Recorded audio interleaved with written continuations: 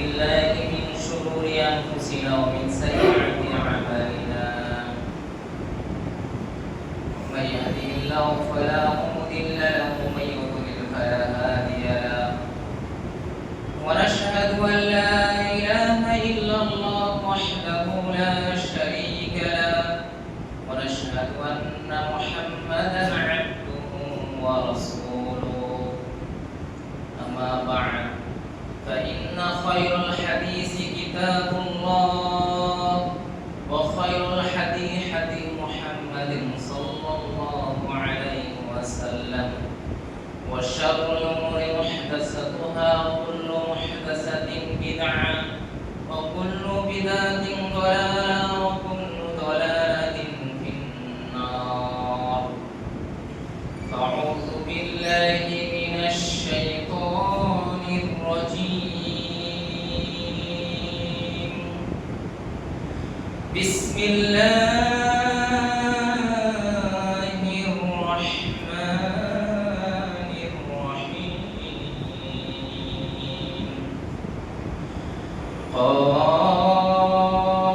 قاف والقرآن المجيد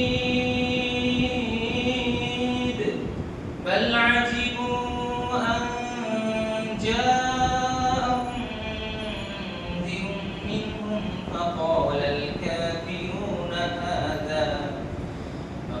الكافرون هذا شيء عجيب أإذا متنا وكنا ترابا ذلك رجع بعيد قد علمنا ما تنقص الأرض منهم وعندنا كتاب حفيظ بل كذبوا بالحق لما جاءهم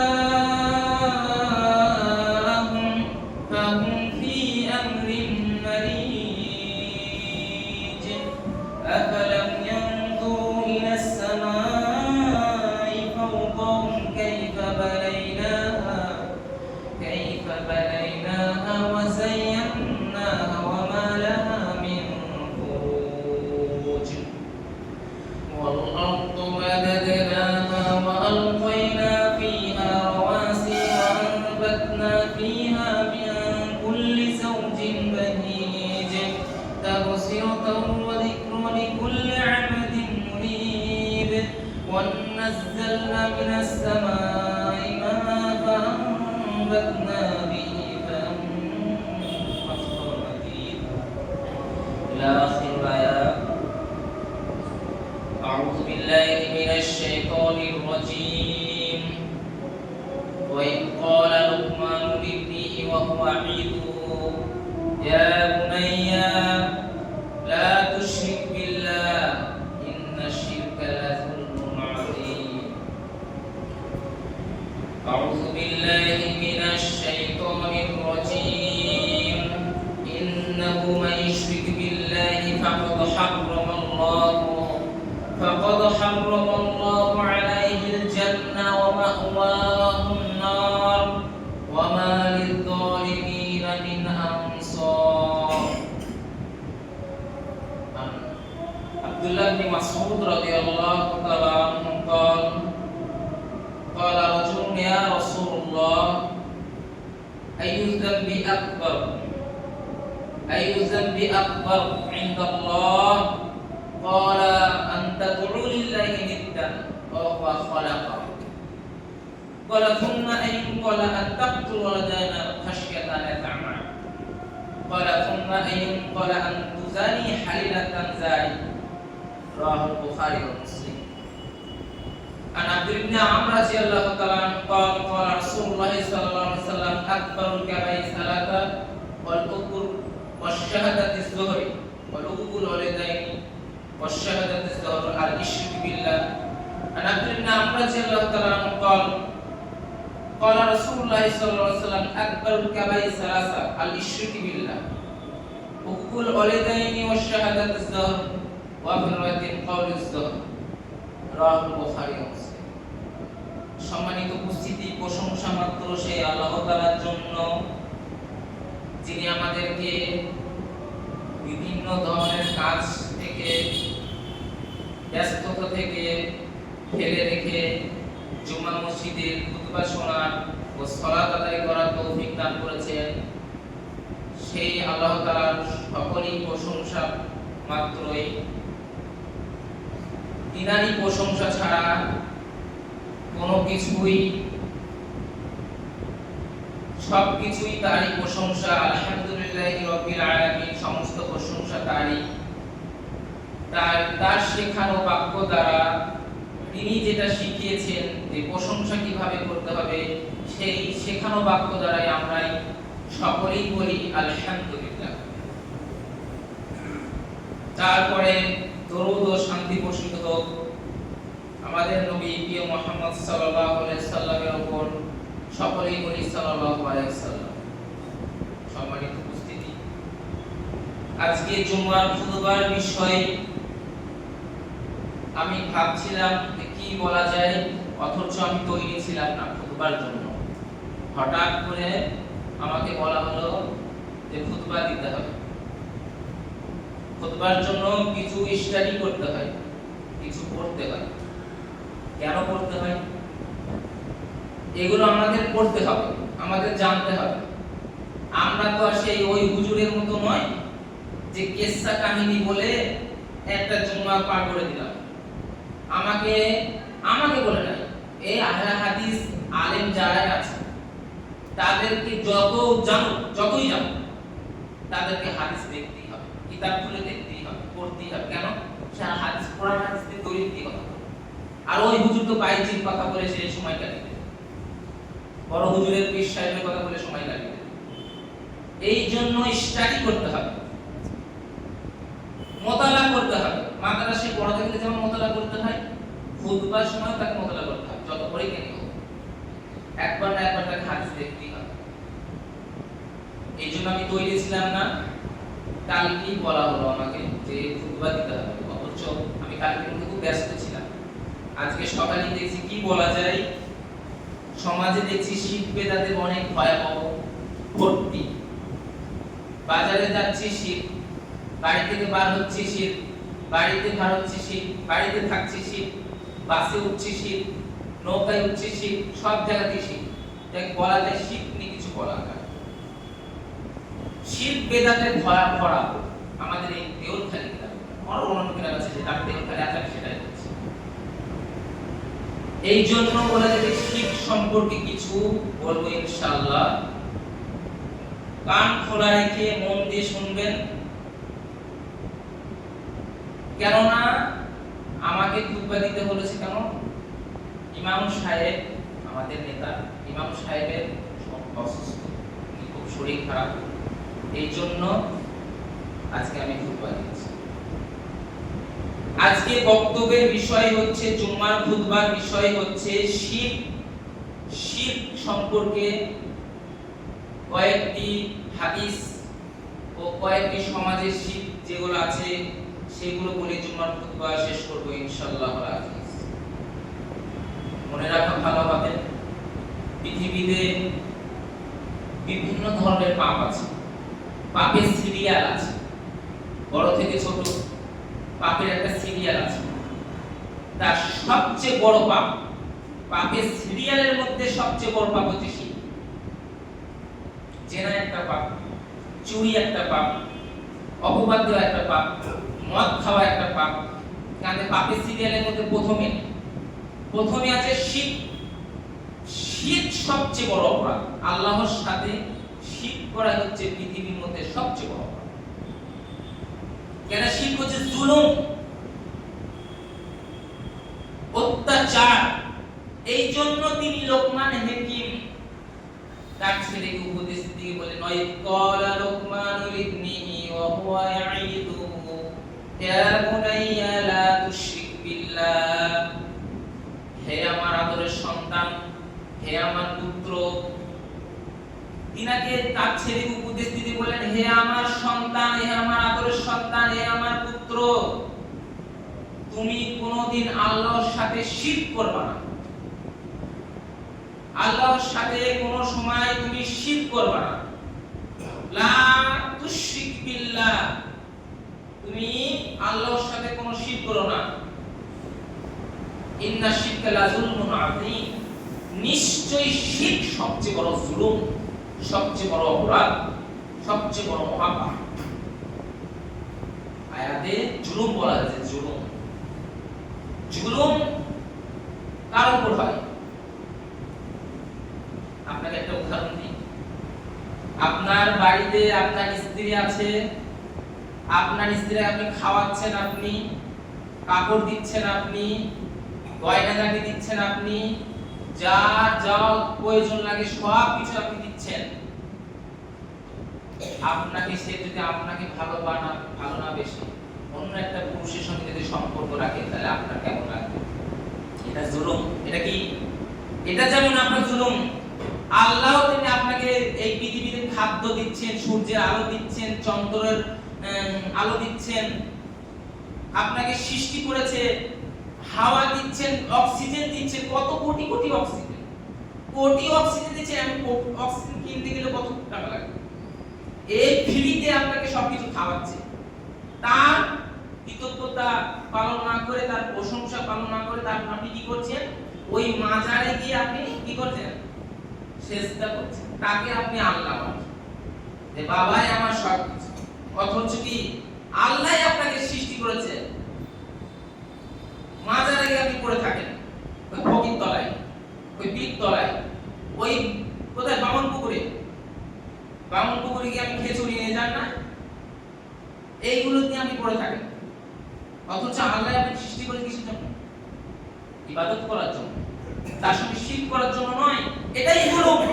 আপনার স্ত্রী যেরকম আপনার সঙ্গে জুলুম করছে, আল্লাহর সঙ্গে এটাই জুলুম হচ্ছে। কথা বুঝেছেন? রাসূল সাল্লাল্লাহু আলাইহি সাল্লাম বললেন, শিরক সবচেয়ে বড় অপরাধ।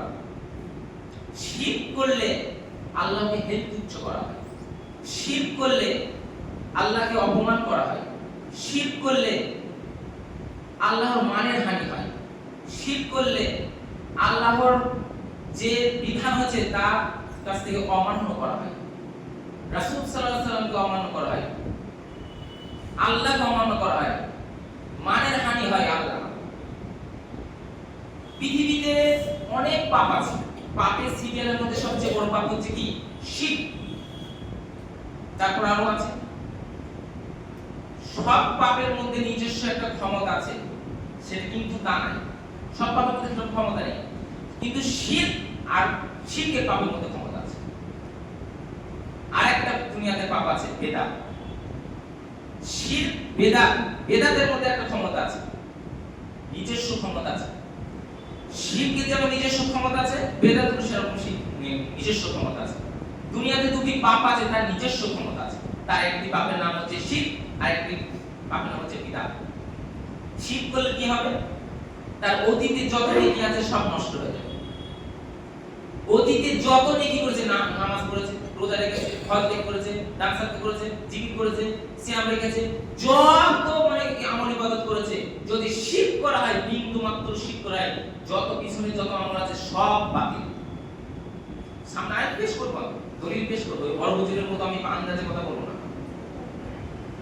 আমি দলিল দিয়ে কথা বলবো যে আপনার পিছনে যত আমল আছে সব বাতিল। এই কথাই চলে। যদি আপনি শিরক করেন, আপনি নিজেও জানেন না যে শিরক কোনটা, অথচ আপনি কথায় কথায় শিরক করেন। আরেকটা পাপ আছে যার নিজস্ব ক্ষমতা আছে, বিদআত। আরেকটা পাপ, বেদাত করলে কেউ যদি বেদাত দিয়ে আশ্রয় দেয়, যে বেদাত করে, বেদাতি আমল করে, তার সামনের আমল কবুল হবে না। শিরক চলে পিছনের দিকে আর বেদাত চলে সামনের দিকে। দেখেছেন? আশ্চর্য। এই পাপের দুটো আশ্চর্য ক্ষমতা। শিরক পিছনে ঠেকায় আর বেদাত সামনে ঠেকায়। পিছনে যত আমল করেছেন সব বাতিল শিরক করলে, আর বেদাত করলে পিছনে নয় সামনে। আপনি সালাত আদায় করছেন, আপনি জিকির করছেন, আপনি যেটাই করুন না কেন, আমল ইবাদত বলেন না, বেদাত আছে আপনার মধ্যে, আপনি বেদাতি আমল করেন, বেদাতি প্রশ্রয় নেন, বা বেদাতির সঙ্গে আপনি কি করেন? চলাফেরা করেন, তার সঙ্গে আপনার মনোভাবটা তার মধ্যে চলে এসেছে, তাহলে আপনার ফরজ ইবাদত কবুল হবে না, নফল ইবাদত কবুল, আপনার কোনো আমলই কবুল হবে না। যদি বেদাতি আমল থাকে। অথচ হুজুর বেদাত কোনটা সেটাই জানে না, নিজেই বেদাত। মনে রাখা ভালো হবে, পৃথিবীতে দুটি পাপ আছে, তার নিজস্ব ক্ষমতা আছে, অনন্য পাপে নেই। জেনা একটা মহাপাপ, মনে রাখেন। কেউ যদি অবিবাহিত অবস্থায় জেনা করে, তাকে 100 লাঠি পিটিয়ে দুনিয়া থেকে, এলাকা থেকে বার করে দিতে হবে 1 বছরের জন্য। অবিবাহিত ছেলে তো এখন তো জেনাই লিখতো, মোবাইলে দেন কথা বলছে, হ্যালো হ্যালো বলছে, যে যার সঙ্গে মেয়েটার সঙ্গে কথা বলছে ওটা প্রেম নাম দিয়েছে। কি নাম দিয়েছে? দুনিয়াতে মানে দুনিয়াতে যে পৃথিবীর যে নাম, ওটা প্রেম। ওটা প্রেম নয়, ইসলাম ওটা কি নাম দিয়েছে? জেনা। আপনি জেনাকারী, আপনি যে জেনা করছেন, মোবাইল তার সঙ্গে কথা বলছেন, ওটা জেনা করছেন। জেনা রাসূল সাল্লাল্লাহু আলাইহি ওয়াসাল্লাম আইমানে তাদরু নাদরু, দুই চোখে জেনা হচ্ছে চোখ দিয়ে দেখা। আর উসমিনা জিনা মিসমাউ, দুই কানে, দুই চোখে, দুই কানে জেনা হচ্ছে চোখ দিয়ে দেখা, দুই চোখে জেনা হচ্ছে চোখ দিয়ে দেখা। আল আইনানে জিনা নাদরু, দুই কানে জেনা হচ্ছে কান দিয়ে শোনা। আর উসমিনা জিনা মিসমাউ, দুই কানে জেনা হচ্ছে কান দিয়ে শোনা। আল আইনানে জিনা নাদরু, দুই চোখে জেনা হচ্ছে চোখ দিয়ে দেখা। ওয়ালা জিনা মাকসু, হাত দিয়ে হচ্ছে হাত দিয়ে ধরা, হাতে জেনা হচ্ছে হাত দিয়ে ধরা। মুখের জেনা হচ্ছে মুখ দিয়ে কথা বলা, আপনি তার সঙ্গে কথা বলছেন না, এটাই জেনা। জেনা একটা মহাপাপ। কেউ যদি অবিবাহিত অবস্থায় যদি জেনা করে, তাকে 100 লাঠি পিটিয়ে 1 বছরের জন্য তাকে গ্রামছাড় করতে হবে। আর কেউ যদি বিবাহ অবস্থায় জেনা করে, বিয়ের পরেও যদি জেনা করে, তাহলে তার কি হবে? ওয়াসারুর রাজম, তাকে রজম করতে হবে। চতুর্দিক দিয়ে একটা ফাঁকা মাঠে নিয়ে যেতে হবে। এটা হচ্ছে ইসলামিক আইন। এখানে তো ইসলামিক আইন নেই। সৌদি আরবে যান, কুয়েতে যান, যেখানে এই আইন চালু আছে, সেখানে এই বিধান চালু আছে। এটা তো কাফেরদের দেশ, কাফেরদের দেশে আমরা বাস করছি, ভারতবর্ষ, মসজিদ। অথচ এটা গণতন্ত্র, সবাইয়ের অধিকার আছে, কিন্তু এখানে গণতন্ত্র নেই। এখন নিজের ক্ষমতায় চলছে, ঠিক না? নিজের ক্ষমতায় চলছে, কিন্তু গণতন্ত্র সবাই অধিকার আছে। হিন্দুরা মনে করে যেটা আমাদের দেশ, আমরাই সবকিছু আমরাই করবো, কিন্তু তা না, নিজের ক্ষমতায় চলছে। কেউ যদি অবিবাহিত অবস্থায় জেনা করে, তাহলে তার কি হবে? তাকে চতুর্দিক থেকে গলা পর্যন্ত পুঁতে, ইট ঠিক এই পর্যন্ত পুঁতে, মাজা পর্যন্ত পুঁতে, তাকে ইট ঠিক পাথর দিয়ে মেরে মেরে মেরে চতুর্দিকে তাকে ইট ঠিক পাথর, যদি বিবাহিত অবস্থায় যদি জেনা করে। এত মহাপাপ, তবুও যদি এই পাপের পথ নিজস্ব ক্ষমতা, এই যদি আল্লাহর কাছে কান্নাকাটি করে বলে, আল্লাহ আমার ভুল হয়েছে, জেনা করব, তার সব পাপ ক্ষমা হয়ে যাবে।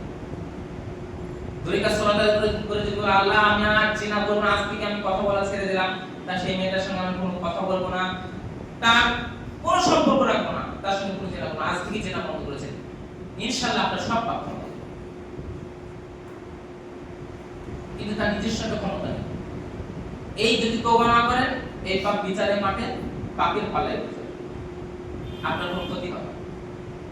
চুরি একটা মহাপাপ, হাত কেটে নেওয়া হয়, দুনিয়াতে তার কোনো ক্ষতি নেই। যদি তওবা না করে, পাপের পাল্লায় পড়ে যাবে। মদ খাওয়া একটা মহাপাপ, তাকে 40 লাঠি পিটাতে হবে। কেউ যদি বিড়ি, তামাক, জর্দা, সিগারেট গুলো খায়, একবার বিড়ি টান দিলে তাকে 40 লাঠি পিটাতে হবে। ইসলামিক আইন। কেউ যদি তওবা না করে, তাহলে এই পাপটা পাপের পাল্লায় পড়ে যাবে। অথচ তার নিজস্ব ক্ষমতা নেই। কিন্তু শিরক বেদাতের এমন একটা ক্ষমতা আছে, তার পিছনে সব আমল বাকি, আর বেদাত সামনের আমল কবুল হবে না। আনাস রাদিয়াল্লাহু তাআলা আনহু বলেন, শিরক করলে তা কি হবে? আল্লাহ তাআলা বলেন সূরা মায়েদার 72 নম্বর আয়াত, ইন্নাহু মান ইউশরিক বিল্লাহ ফাকাদ হারামাল্লাহু আলাইহিল জান্নাহ ওয়া মাওয়াহুন নার। কেউ যদি শিরক করে, নিশ্চয়ই যে ব্যক্তি আল্লাহর সাথে অংশীদার স্থাপন করবে, শিরক করবে, তাহলে তার জন্য কি হবে? তার জন্য জান্নাত চিরজীবনের জন্য হারাম। সে কোনোদিন জান্নাতে প্রবেশ করবে না, চিরস্থায়ী সে জাহান্নামে পড়বে। তার থাকার জায়গা হচ্ছে জাহান্নাম। ওমা উমাহুম না, তার থাকার জায়গা জাহান্নাম। আব্দুল্লাহ ইবনে মাসউদ রাদিয়াল্লাহু তাআলা আনহু বলেন, রাসূল সাল্লাল্লাহু আলাইহি সাল্লামের কাছে এক ব্যক্তি আল্লাহর নবীর কাছে এসে বলেন, আল্লাহর নবী, সবচেয়ে বড় পাপ কোনটি? আল্লাহর নিকটে কোন গুনাহটি সবচেয়ে বড়? তখন তিনি বললেন, আল্লাহর নবী, আইয়ুদ দামবি আকবার, সবচেয়ে বড় পাপ কোনটি আল্লাহর নিকটে? তখন তিনি বললেন, ক্বালা আনতা তুউ লিল্লাহি নিদ্দান। আল্লাহর নবী বললেন, আনতা তুউ লিল্লাহি নিদ্দান, তুমি আল্লাহর সাথে শিরক করবে অথচ আল্লাহ তোমাকে সৃষ্টি করেছে। এটাই হচ্ছে সবচেয়ে বড় পাপ। আল্লাহ তোমাকে সৃষ্টি করেছে অথচ তুমি আল্লাহর সাথে শিরক করছো, এটাই সবচেয়ে বড় পাপ। ক্বালা সুম্মা আইয়ু, লোকটি আবার বলছে, আল্লাহর নবী তারপর কোনটি? তারপর বলেন, তখন আল্লাহর নবী বলছেন, তাকতুল ওয়ালাদা খাশিয়াতা আন, খাদ্যের ভয়ে সন্তান হত্যা করা পৃথিবীর দ্বিতীয় মহাপাপ। খাদ্যের ভয়ে সন্তান হত্যা করা পৃথিবীর দ্বিতীয় মহাপাপ। কথাটা বুঝতে পেরেছেন? খাদ্যের ভয়ে বলেছে। আপনার সন্তান কটা নিয়েছে? একটা, আর নেব না, বন্ধ, সারা জীবনের মতো তালা মেরে দিলেন। কি? এটা হচ্ছে পৃথিবীর দ্বিতীয় মহাপাপ, খাদ্যের ভয়ে সন্তান হত্যা করা। আপনি খাদ্যের ভয়ে, আর নেব না, আমি অত পয়সা করি নাই, গরিব মানুষ, অত সন্তান যদি হয় আমি আবার তো খাওয়াবো কি করে? অথচ রিজিকের মালিক আল্লাহ। আগেকার সন্তান 7টা 8টা 10টা 15টা এরকম করে সন্তান হয়েছে, তারা কি খায়? তারা কি পড়ায়? আর আপনি একটা থেকে দুটো নিয়ে সারা জীবনের জন্য বন্ধ করে দিলেন। সব হারাম। আপনার জন্য এই এই এই আয়াত, এই হাদিস, খাদ্যের ভয়ে সন্তান হত্যা করা, আপনি হচ্ছে মহাপাপী। আপনার স্ত্রীও পাপী, আপনিও পাপী। ভালো লাগে শুনে রাখেন মহিলা মামুন, আপনি তো খাদ্যের ভয়ে সন্তান হত্যা করেছেন। দুটো সন্তান নিয়ে আপনি চিরজীবনজনক সন্তান নিয়ে বন্ধ করলেন কেন?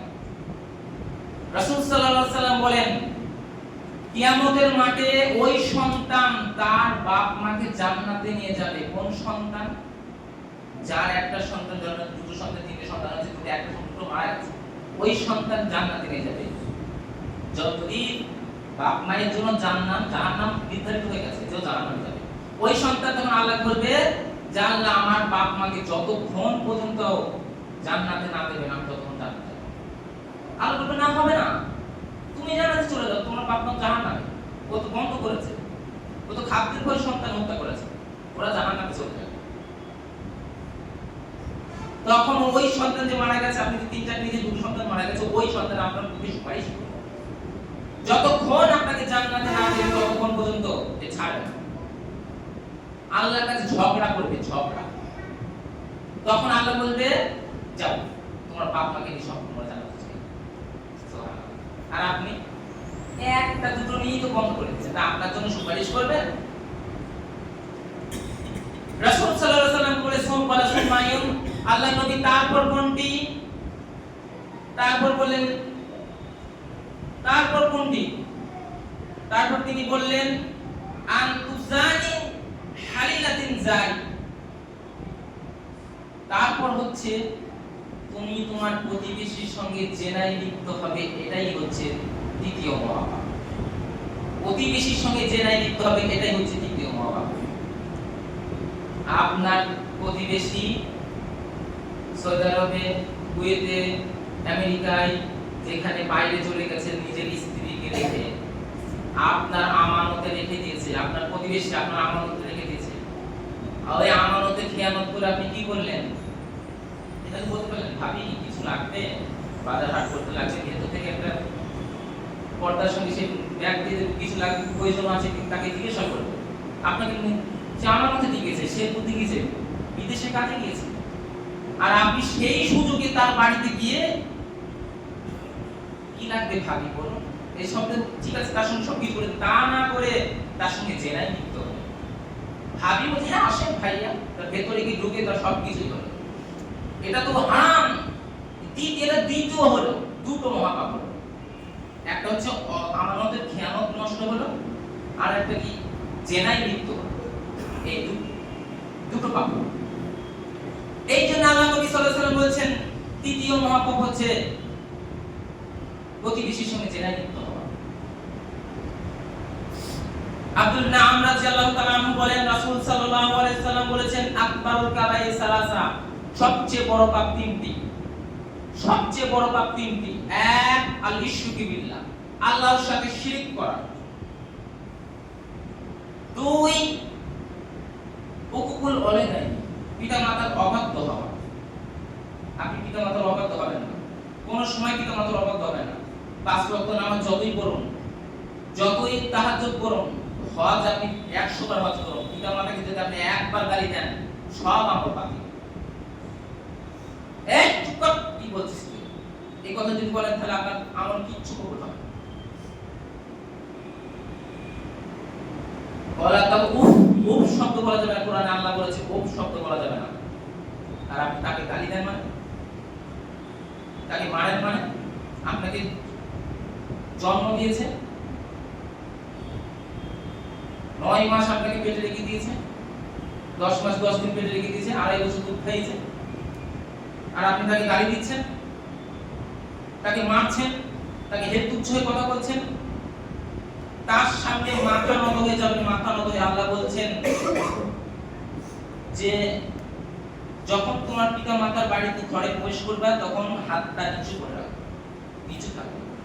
কি বলছেন এরকম করে হবে না। উফ কি বলে তুমি, এরকম বললে হবে না। মা কিছু লাগবে বলুন, আপনি কিছু লাগবে, পান এনে তো, কিছু খাবার এনে তো, কিছু বলছিলেন মনে হয় আপনার, এইভাবে বল কি, এরকম না।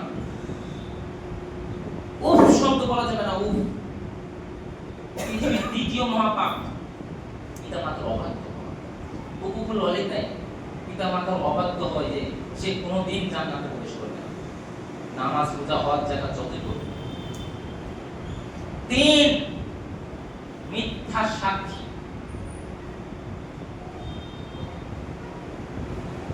শাহাদাতুজ জোহরে, মিথ্যা সাক্ষী পৃথিবীর দ্বিতীয় মহাপাপ। কোর্টে কাছারিতে যত মিথ্যা সাক্ষী হচ্ছে এগুলো এই শিক্ষাই। মিথ্যা সাক্ষী যারা দিচ্ছে এরা জান্নাতে যাবে না, জান্নাতে প্রবেশ করবে না। অকাউলিস জোহরে, মিথ্যা শপথের কথা বলা হয়েছে, অপরাধের সাক্ষীর কথা বলা হয়েছে। আবু হুরায়রা রাদিয়াল্লাহু তাআলা আনহু বলেন রাসূল সাল্লাল্লাহু আলাইহি ওয়াসাল্লাম বলেছেন তোমরা 7টি ধ্বংসকারী বিষয় থেকে দূরে থাকো। 1, ইয়া রাসূলুল্লাহ সাল্লাল্লাহু আলাইহি ওয়াসাল্লাম, আল্লাহর নবীকে সাহাবী জিজ্ঞেস করলেন 7টি ধ্বংসকারী বিষয় কি? তখন আল্লাহর নবী বলেছেন 1, আল ইশরিক বিল্লাহ, আল্লাহর সাথে শিরক করা। আল্লাহর সাথে শিরক করা সিরিয়ালে 1 নম্বর আছে। 2, ওয়াশাহর, জাদু করা। জাদু করা বলে এই যে আমাদের এখানে জাদু দেখাতে আসে না, জাদু করা। 2, 3, অন্যায়ভাবে মানুষকে কতল নাফস, মানুষকে হত্যা করা। অন্যায়ভাবে, এখানে বলা হয়েছে কি অন্যায়ভাবে মানুষকে হত্যা করা, তার মানে বৈধভাবে মানুষকে হত্যা করা যায়। 3 শ্রেণী মানুষকে হত্যা করতে হয়, 2 শ্রেণী মানুষের বাঁচার পথ আছে। 3 শ্রেণী মানুষকে হত্যা করতে হয়, 2 শ্রেণী মানুষের বাঁচার পথ আছে। আপনি বাইরে গিয়ে বসেন, বাইরে বসেন, ওরে বলেন বল বাইরে বসেন, আপনি বাইরে বসেন, বাইরে বসেন, সবাই দেবে আপনাকে। বাইরে বসেন, সবাই একজনকে নিয়ে বাইরে নিয়ে যান, বাইরে গিয়ে বসেন। ফটো কাটাগুলো ওখান থেকে সরিয়ে রাখেন, ওই ওগুলো সরিয়ে রাখেন, ওই বালতিটা ওখান থেকে সরিয়ে রাখেন।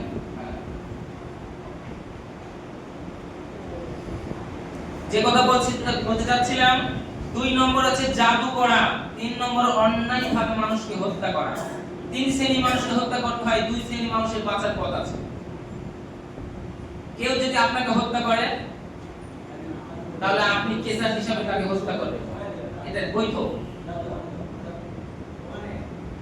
হাত ধরে নিয়ে যান, হাত ধরে। না না, আপনি ওখানে বসুন, ওখানে বসেন। আচ্ছা ঠিক আছে, বসুন বসুন। কেউ যদি আপনাকে হত্যা করে, আপনার পরিবারের লোক তাকে হত্যা করে নেবে, এটা কিসাস, এটা জায়েজ। 2, কেউ যদি বলে মদ হালাল, মদ হালাল, মদ কিসের হালাল? মদ খাওয়া জায়েজ, এগুলো যদি বলে তাহলে তাকে হত্যা করতে হবে। কেন? সে কোরআন মাজিদকে অস্বীকার করেছে। সে মদ খাচ্ছে, সে হারাম মনে করে খাক, সে অসুবিধা তার গুনাহ হচ্ছে, কে হালাল মনে করছে, এই জন্য সে কোরআনকে অস্বীকার, সে হচ্ছে মুরতাদ, তাকে হত্যা করতে হবে। তাকে গলায় ফাঁসি দিয়ে সরকারি পক্ষ থেকে টান ফাঁসি, ওই সময় যদি বলে যে আমার ভুল হয়েছে, মদ খাওয়া হারাম, তাহলে তাকে নামিয়ে দিতে হবে, এটাকে বাঁচার পথ। 3, কেউ যদি বিবাহিত অবস্থায় জেনা করে, তার তো বেঁচে থাকার কোনো পথ নেই, তাকে ইট পাথর দিয়ে মেরে ফেলতে হবে, অথচ জেনা করে হচ্ছে। 4, সুদ খাওয়া, আল রিবা, সুদ খাওয়া হচ্ছে 4 নম্বর পাপ। ঘরে ঘরে সুদ চলছে, ব্যাংকের অ্যাকাউন্ট। আজকের বিষয় হচ্ছে শীত, এই জন্য অত বেশি আমি ব্যাখ্যা করতে যাচ্ছি না। 4 নম্বর আছে সুদ খাওয়া, 5 নম্বরে এতিমের মাল ভক্ষণ করা, 6 নম্বর জিহাদের ময়দান থেকে পালিয়ে যাওয়া, আর 7 নম্বর সরলা মুমিন নারী, সে এত ভালো নারী, তার উপর মিথ্যা জেনার অপবাদ দেওয়া। ও তো ভালো মেয়ে, পর্দা করে বোরকা করে, দেখো বোরকার তলায় ওর হ্যামটা আছে, এই যে বলে না এই শয়তানি, এই হলো শয়তানি, তার বোরকার তলায় ওর কি আছে আপনি কি জানেন? এটা অপবাদ, এটা অপবাদ, পৃথিবীর 7 নম্বর মহাপাপ এটা, বোরকার তলায় হ্যামটা, এটা কি কথা? আরে তুই তো বেহায়া নারী, তুই তো বেপরদার মতো অবস্থা, সে তো বোরকা পরে চলছে, সে তো আল্লাহর বিধানকে মানছে। এই বেশরম বেহায়া নারীরা তো জান্নাতে যাবেই না, আর যে ভালো কাজ করছে তাকেও আবার টিটকারি মারে, যে ওর বোরকার তলায় কি আছে ওই জানে, আমরা তো জানি। এই শয়তান, এটা হচ্ছে অপবাদ। আমি অত বেশি বলতে যাব না, আজকে বিষয় হচ্ছে শীত। মুআয ইবনে জাবাল রাদিয়াল্লাহু তাআলা আনহু বলেন, রাসূল সাল্লাল্লাহু আলাইহি ওয়াসাল্লাম বলেছেন, আল্লাহর নবী আমাকে 10টি বিষয়ে নির্দেশ দিয়েছেন। তখন আল্লাহর নবী বলেন, 1, আল্লাহর সাথে শিরক করা, পুতিলতা ওয়ালা হুরিকতা, তুমি আল্লাহর সাথে শিরক করবে না, যদিও তোমাকে জ্বালিয়ে দেওয়া হয়, হত্যা করা হয়, হত্যা করা হয়। তোমাকে যদি জ্বালিয়ে দেওয়া নিয়ত হয়ে যাও, হত্যা করা নিয়ত হয়ে যাও, যদি তোমাকে হত্যা করা নিয়ত হয়ে যাও, যদি জ্বালিয়ে দেওয়া তুমি জ্বলে ছাই হয়ে যাও, কিন্তু তুমি শিরক করো না, শিরক কত বড় পাপ। জাবের রাদিয়াল্লাহু তাআলা আমি বলেন, রাসূল সাল্লাল্লাহু আলাইহি ওয়াসাল্লাম বলেছেন, মান মাতা ইশরিকু বিল্লাহি শাইআন দাখালান নার, যে ব্যক্তি শিরক করা অবস্থায় মারা গেল, সে জাহান্নামে চলে গেছে।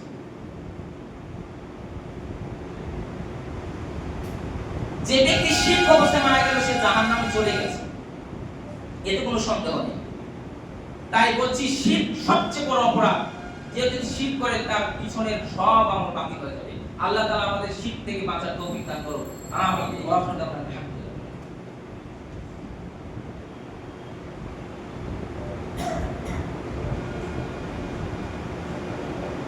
আলহামদুলিল্লাহি ওয়াহদাহু ওয়াসসালাতু ওয়াসসালামু আলা মান লা নাবিয়্যা বা'দা, আম্মা বা'দ। আউযু বিল্লাহি মিনাশ শাইতানির রাজীম। ইন্নাহু মান ইউশরিক বিল্লাহি ফাকাদ হারামা আল্লাহু আলাইহিল জান্নাহ ওয়া মাওয়াহুন নার। এবার আসলে আমরা শিরকের সিরিয়ালে কয়েকটি শিরক আপনাকে দেখাই। শিরক সম্পর্কে কয়েকটি সিরিয়ালে আমরা বলবো। একদা আল্লাহর নবীর কাছে ওবাদা ইবনে সামির, উকবা ইবনে আমির রাদিয়াল্লাহু তাআলা আনহু বলেন, রাসূল সাল্লাল্লাহু আলাইহি ওয়াসাল্লামের খেদমত আল্লাহর নবীর কাছে 10টি লোক আসলো, 10 জন লোক আসলো বায়াত গ্রহণ করতে, মানে মুসলমান হতে। 10টি লোক, ওয়ানসিকা ওয়াহিদ। তিনি 10 জনের মধ্যে 9 জনকে তিনি বায়াত গ্রহণ করলেন, ওয়ানসিকা ওয়াহিদ, একজনকে ছেড়ে দিলেন। 9 জন লোক আল্লাহর নবীকে বললেন, আল্লাহর নবী আপনি 10 জনের মধ্যে 9 জনকে বায়াত গ্রহণ করলেন, একজনকে ছেড়ে দিলেন, বুঝতে পারলাম না, একজনকে ছেড়ে দিলেন কেন? তখন আল্লাহর নবী বললেন যে তার কাছে একটা তাবিজ আছে, তালা মাধুরী আছে, তার কাছে একটা মাধুরী আছে, তাবিজ আছে, এই জন্য আমি তাকে মুসলমান করলাম, বায়াত গ্রহণ করলাম। কেন? তার তাবিজ থাকলে সে মুসলমান গ্রহণ করলেই বা কি নাই করলে বা কি, সে তো তাবিজ অবস্থায় আছে, সে তাকে মুসলমান বললেও সে মুশরিক হয়ে থাকে। এই যে তাকে মুসলমান করে কোনো লাভ হবে? আপনি তাবিজ আছেন, তাই আপনার হাতে তাবিজ আছে, বালা আছে, কড়ি আছে, তাহলে আপনি নামাজ পড়ছেন, আপনি মুশরিক আছেন, আপনি না মুসলমানই তো নাই, নামাজ পড়ে আপনি কি? যতক্ষণ না আপনি তাবিজ না খুলছেন ততক্ষণ আপনি মুসলমানই। তাকে মুসলমান করার কোনো লাভই হবে না, সে মুশরিক। কথা স্পষ্ট হয়েছে? হাদিস থেকে তাই স্পষ্ট হচ্ছে। আমি ব্যাখ্যা করে বেশি বুঝাতে পারছি না, আমরা যদি আমি বুঝাতে না পারি আমি রাসূল সাল্লাল্লাহু আলাইহি ওয়াসাল্লামের কাছে 10 জন লোক এসে বলেন আল্লাহর নবী তাকে 9 জনকে বায়াত গ্রহণ করে একজনকে ছেড়ে দিলেন কিসের জন্য? তার কাছে তাবিজ আছে, মাদুরি আছে, এই জন্য। তখন তিনি বললেন, তখন ওই ব্যক্তি কি বললেন, ইয়ারাহু আন্নাহু ইনা ইয়ারাহু ওয়াসতাই ওয়ারাবা ওয়াবি'দাই। তারপর তিনি কি বলেন, ওই লোকটি তার গলা থেকে ভিতর থেকে তাবিজটা ছিঁড়ে ফেলে দিলেন। তখন আল্লাহ নবী তার সঙ্গে বায়াত গ্রহণ করলেন, তাকে মুসলমান করলেন। তাবিজ ছিল যতক্ষণ না পেলেন ততক্ষণ তারপর বায়াত গ্রহণ করলেন না। তারপর তিনি বলেন, মান তাআল্লাকা তামিমা ফাকাদ আশরাকা, যে ব্যক্তি তাবিজ ব্যবহার করলো, মাতুরি ব্যবহার করলো, সে শিরক করলো। অথচ রহ হুজুরের কাছে গিয়ে তাবিজ দিতে ৫,০০০ টাকা দিয়ে তাবিজ দিতে, আমার একটা প্রেম করে দেন তো, প্রেমের সঙ্গে জোর করে দেন তো, হুজুর তাবিজ দিচ্ছে। ভালোবাসার সঙ্গে করে দিচ্ছে, স্বামী স্ত্রীর মধ্যে ভালোবাসা ঠিক নেই, ঠিক তাবিজ দিচ্ছে। ওই হুজুর প্রতারক, ও তো মুশরিকই, আপনিও মুশরিক। ও হচ্ছে ধর্ম নামে ব্যবসায়ী হুজুর। আমি কারোর নাম ধরে বলবো না, এইসব ব্যবসায়ী প্রতারক মোলানা, এইসব মানে শয়তান মোলানার যে এইসব গ্রাম থেকে বিতাড়িত করা দরকার। এদের জন্য শিখ বেদাত মানুষের জন্য ঘরে ঘরে আছে, দাওয়াতি কাজ হচ্ছে না, এইসব হারামখোর হুজুরের জন্য।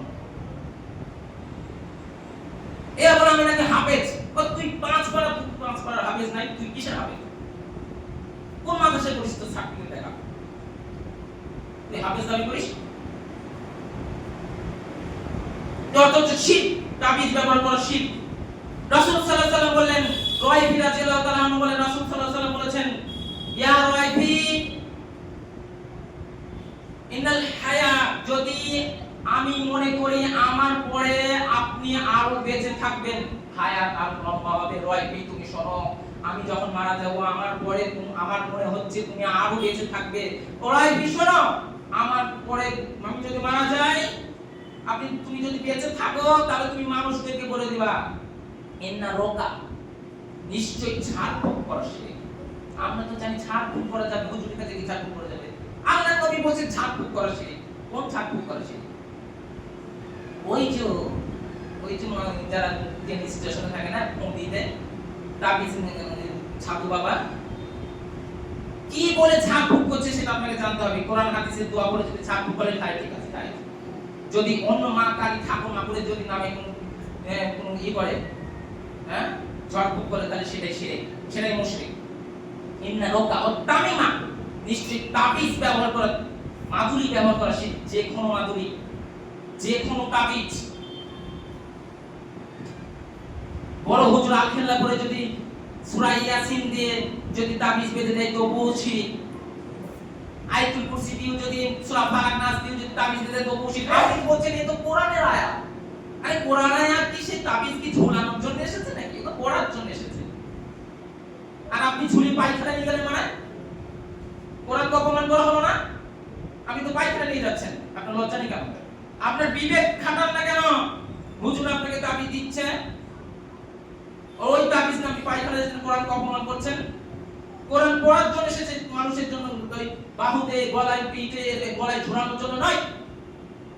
আপনি কেন তাবিজ ব্যবহার করবেন? তাবিজের কোনো কল্যাণ নেই। ও তামিমা, নিশ্চয়ই তাবিজ ব্যবহার করা শিরক। ও দেওয়ালা শিরক, স্বামী স্ত্রীর মধ্যে ভালোবাসা পালন করা শিরক। যেদিন বিবাহ করা হয়েছে সেদিনই আল্লাহ তাআলা ভালোবাসা দিয়েছেন। আপনি ভালোবাসার জন্য আবার কেন স্টেশনের কাছে গেলেন, ওই মহিলার কাছে গেলেন, ওই পুরুষের কাছে কেন গেলেন যে আমাদের স্বামী স্ত্রীর মধ্যে ভালোবাসা নেই, এমন একটা তাবিজ দেন না, এমন একটা কিছু বলেন না? ভাই, এগুলো শিরক।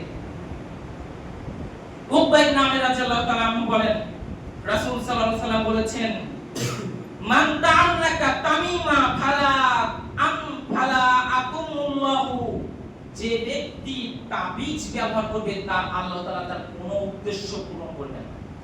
যে খুশি আপনি তাবিজটা ব্যবহার করে, আমার ভয় লাগে, আমার লাগে, আমার বাচ্চা, আপনার বাচ্চাকে কিসের জন্য তাবিজ না মা এই স্বার্থ করে আপনি কোনো দিতে পারেন না। আউযু বিকালিমাতিল্লাহি তাম্মা মিন কুল্লি শাইতানির হামা ওয়া মিন কুল্লি আইনিন লামা, এটা তো আপনি শিখেননি। সূরা ফালাক, নাস, আয়াতুল কুরসি এগুলো করে দেবেন।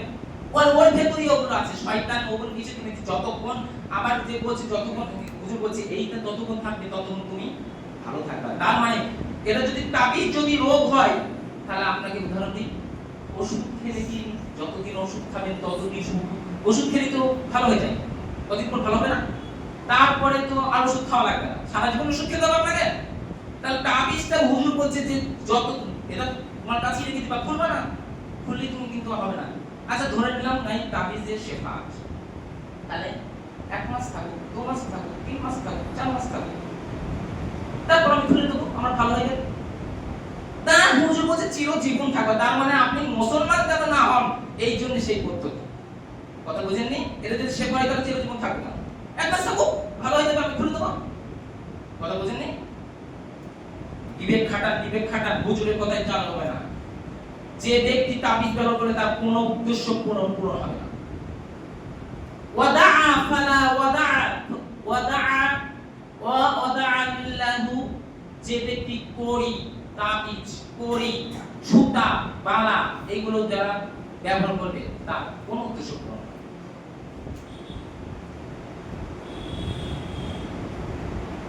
হুসাইফা রাদিয়াল্লাহু তাআলা, হাফসা রাদিয়াল্লাহু তাআলা বলেন রাসূল সাল্লাল্লাহু আলাইহি ওয়াসাল্লাম বলেছেন, যে ব্যক্তি, আল্লাহ নবী বললেন, যে ব্যক্তি গণকের কাছে যাবে,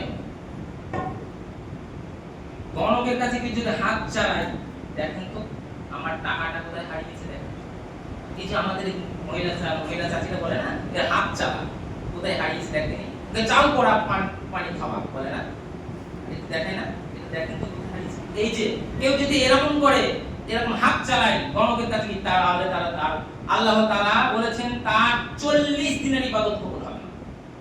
40 দিন তার কাছে আল্লাহর কাছে যে নিয়াজ করে। কেউ যদি গণকি করে হাত চালায়, তাহলে অনসারা আলাই, যে তার কোরআন মাজিদকে, সে কোরআন মাজিদকে অস্বীকার করলো, সে মুহাম্মদ সাল্লাল্লাহু আলাইহি ওয়াসাল্লামের বিধানকে অস্বীকার করলো, সে শিরক করলো।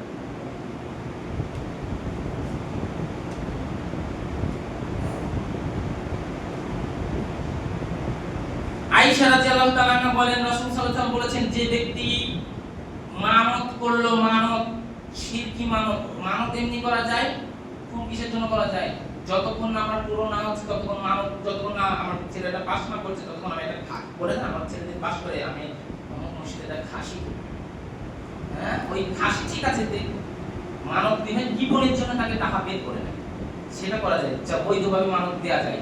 কিন্তু অবৈধভাবে ওই মসজিদে গিয়ে আমাকে খাসি দিয়ে হাজত দিতে হবে, ওই বামন পুকুরের মসজিদে, বামন পুকুরের মসজিদে যারা হাজত খেতে যায় বা হাজত দেয়, তার কোনো আমল ইবাদত কিচ্ছু কবুল তো হবে না, সব বাতিল, সব বাতিল, সব বাতিল। দেখেন আমি দলিল দেব, বলেছেন আল্লাহ তাআলা বলেন সূরা আনাম 88 নম্বর আয়াত, ওয়ালাউ আশরাকু লাহাবিতু আনহুম মা কানু ইয়ামালুন, যে যদি তারা শিরক করে তার আমলসমূহ নষ্ট হয়ে যায়। সূরা আনাম 88।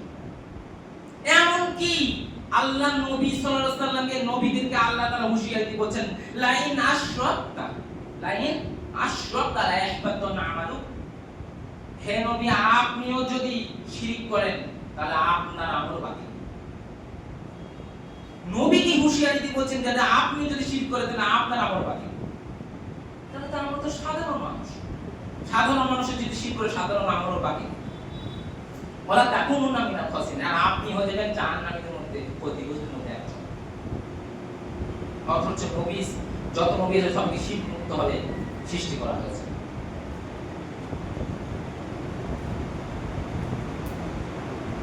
সময় লম্বা হয়ে যাচ্ছে, তাই আমি কয়েকটা কথা বলবো, তারপর আমি বক্তব্য শেষ করে দেবো। একটা আপনাকে এটা না বললেই নয়, হুনাইনের যুদ্ধে রাসূল সাল্লাল্লাহু আলাইহি ওয়াসাল্লাম, আমি হাদিসটা সংক্ষিপ্ত করে দিলাম। হুনাইনের যুদ্ধে একবার রাসূল সাল্লাল্লাহু আলাইহি ওয়াসাল্লাম বার হলেন, আল্লাহ নবী সাল্লাল্লাহু আলাইহি ওয়াসাল্লামের সাহাবীদেরকে নিয়ে যাচ্ছিলেন, হঠাৎ একটি গাছ, বড়ই গাছ থেকে আল্লাহ নবী বলেছেন, আল্লাহ নবী এটা মুশরিকদের কাজ, কুল কাজ, পুরোই কাজ।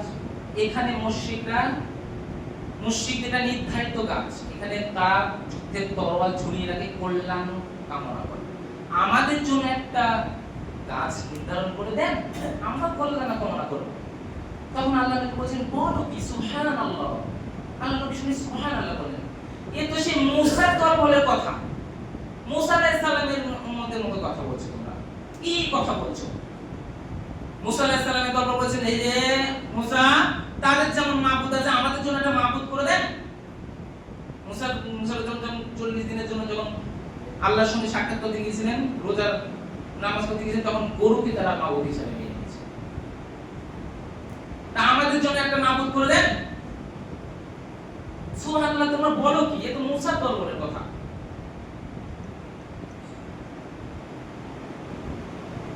তাহলে বোঝা যাচ্ছে এই হাদিস থেকে যে কোনো নির্ধারিত দিন, নির্ধারিত সময়, নির্ধারিত জায়গা, নির্ধারিত কোনো বছর কল্যাণ আছে, এটাই সে।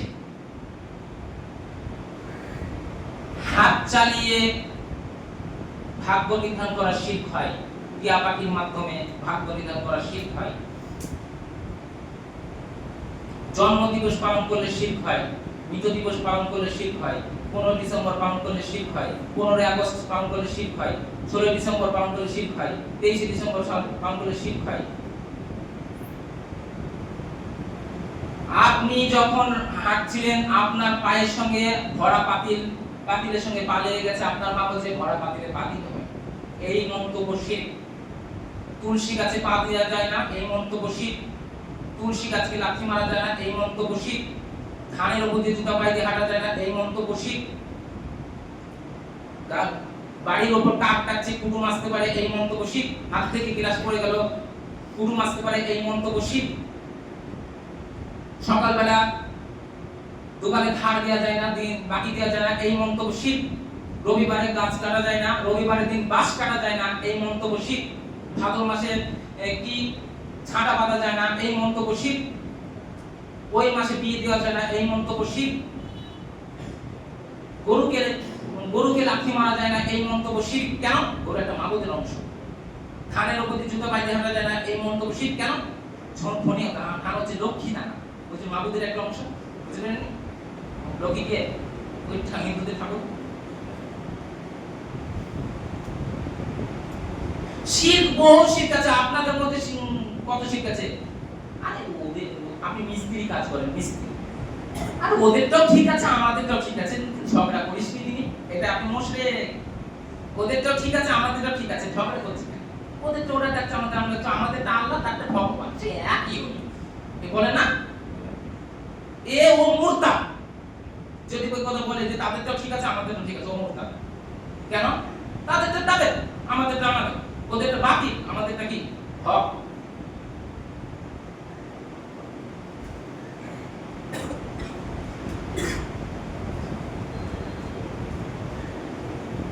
সুমরা ইবনে জুনদুব রাদিয়াল্লাহু তাআলা আনহু বলেন, রাসূল সাল্লাল্লাহু আলাইহি ওয়াসাল্লাম বলেছেন যে তোমরা কবরের উপর ভুল চলাবে না, কবরকে ফাঁকা করবে না।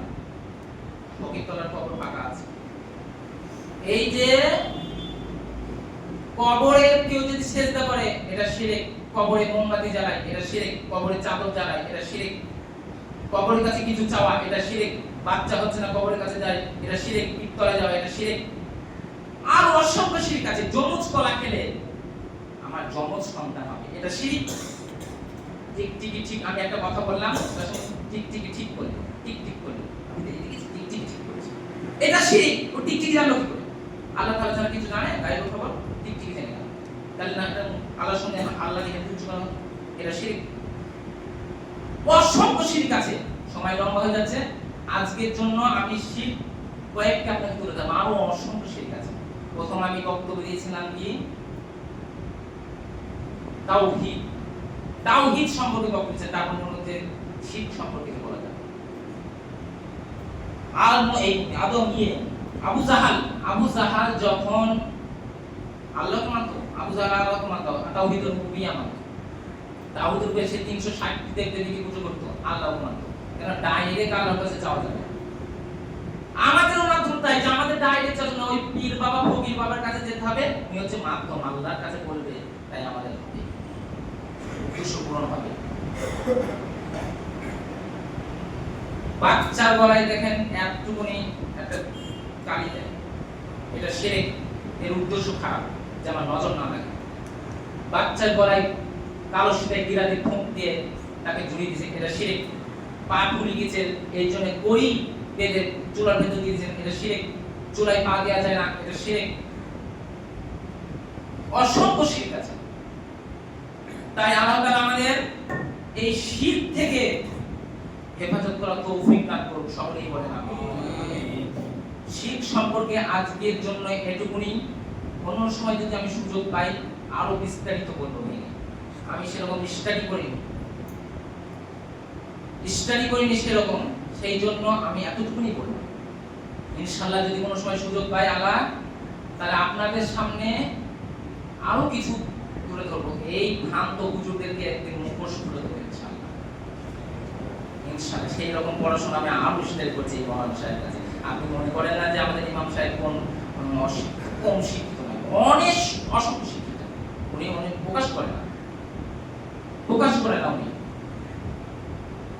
আজকে আমি বক্তব্য দেওয়ার কারণ যে আমাদের ইমাম সাহেবের খুব অসুস্থ, তিনি ঘোরা হয়েছে, তিনি খুব হসপিটালে ভর্তি আছে, তেনার অপারেশন হয়েছে। তাই আপনাদের কাছে বিনত অনুরোধ, আমাদের ইমাম সাহেবের জন্য, আমাদের নেতার জন্য সকলেই তিনি আপনারা দোয়া করবেন, তিনি যেন আল্লাহ তাআলা যেন তার রোগ মুক্ত শিফা দান করুন, আমিন। আল্লাহ তাকে যেন সুস্থভাবে মসজিদে এসে তার পিছনে যেন আমরা সালাত আদায় করতে পারি, সেই তৌফিক তুমি দান করো, আমিন। তার সমস্ত রোগ বালা তুমি দূর করে দাও, আমিন। তার বালা মুসিবত দূর করে দাও, আমিন। তাকে ধৈর্য ধরার তৌফিক দান করো, আমিন। হে আল্লাহ, আমাদের ইমাম সাহেবের যেন দাওয়াতি কাজ এই শিরক বিদআত থেকে দূরে রাখতে পারে, সেই তৌফিক, সেই জ্ঞান তার ভিতরে তুমি ঢুকিয়ে দাও, আমিন। আমরা যেন আহলে হাদিস, আমরা মানুষকে যেন শিরক বিদআত থেকে সরিয়ে রাখতে পারি, সেই তৌফিক তুমি দান করো, আমিন।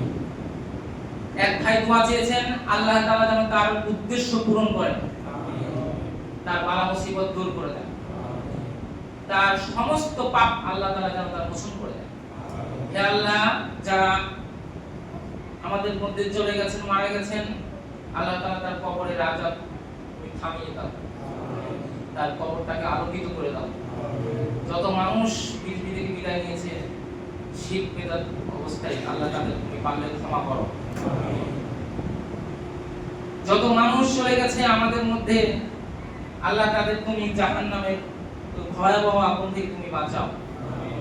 কবরের আযাব থেকে তুমি বাঁচাও, আমিন। তাদের পরিবারকে তুমি ধৈর্য ধরার তৌফিক দান করো, আমিন। হে আল্লাহ, আমরা যারা জীবিত আছি, আমরা যেন তোমার রাসূলের পদ্ধতিতে যেন চলতে পারি, সেই তৌফিক তুমি দান করো, আমিন। হে আল্লাহ, তুমি আমাদের কবুল করো, আমিন। আমাদের মসজিদকে কবুল করো, আমিন। আমাদের সুস্থভাবে সালাত আদায় করার তৌফিক দান করো, আমিন। আমাদের বালা মুসিবত রোগ ব্যাধি তুমি দূর করে দাও, আমিন। আমাদের রিজিকে বরকত দাও, আমিন। আমাদের খেতে, আমাদের ব্যবসা বাণিজ্যের যত কিছু আছে আল্লাহ তুমি আমাদের বরকত দাও, আমিন। আমরা যেন পাঁচ ওয়াক্ত জামাতের সঙ্গে সালাত আদায় করতে পারি, সেই তৌফিক তুমি দান করো, হে আল্লাহ। আমাদের মা বোন যারা আছে তাদের ধৈর্য ধরার তৌফিক দান করো, আমিন। তাদেরকে পর্দার সঙ্গে পাঁচ ওয়াক্ত নামাজ পড়ার তৌফিক দান করো, আমিন। পর্দার সঙ্গে চলাচল করতে পারে সেই তৌফিক তুমি দান করো, তাদেরকে ক্ষমা করো, তাদেরকে মাফ করো, হে আল্লাহ। আমাদের মক্তবে যত ছাত্র আছে তুমি সবাইকে কবুল করো, আমাদের মক্তবে ছাত্র যারা আছে তারা পড়াশোনা করছে, চেষ্টা করছে, তাদেরকে আমরা শিরক বিদআত থেকে দূরে রাখতে পারি, সেই তৌফিক তুমি দান করো, আমিন, আমিন। আল্লাহুম্মা সাল্লি আলা মুহাম্মাদ ওয়া আলা আলি মুহাম্মাদ কামা সাল্লাইতা আলা ইব্রাহিম ওয়া আলা আলি ইব্রাহিম ইন্নাকা হামিদুম মাজিদ। আল্লাহুম্মা বারিক আলা মুহাম্মাদ ওয়া আলা আলি মুহাম্মাদ কামা বারাকতা আলা ইব্রাহিম ওয়া আলা আলি ইব্রাহিম ইন্নাকা হামিদুম মাজিদ। সুবহানাকা রাব্বিকা রাব্বিল ইজ্জাতি আম্মা ইয়াসিফুন ওয়া সালামুন আলাল মুরসালিন ওয়া আলহামদুলিল্লাহি রাব্বিল আলামিন।